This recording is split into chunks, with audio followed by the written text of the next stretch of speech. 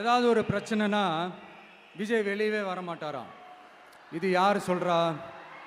இந்த மற்றும் பலர் கட்சியில் ஒருத்தர் இருக்கிறார்ல, 10 தடவை தோத்து போனாரு, இன்னமும் திருந்தாத ஒருத்தர். அவரு சொல்றாரு, ஐயா அனுபவசாலி அவர்களே, உங்ககிட்ட ஒரே ஒரு கேள்வி ஒன்று கேட்குறேன்.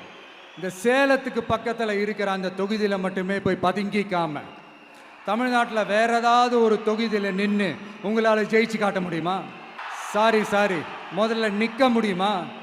முதல்ல அதை செஞ்சுட்டு அப்புறமா இந்த விஜயை பற்றி பேசுங்க பாஸ். சும்மா நசன்னு சொந்த தொகுதியிலேயே தோத்துருவோம்னு பயந்து தான் நம்மளுடைய சின்னத்தையே திருடினவர் தானே.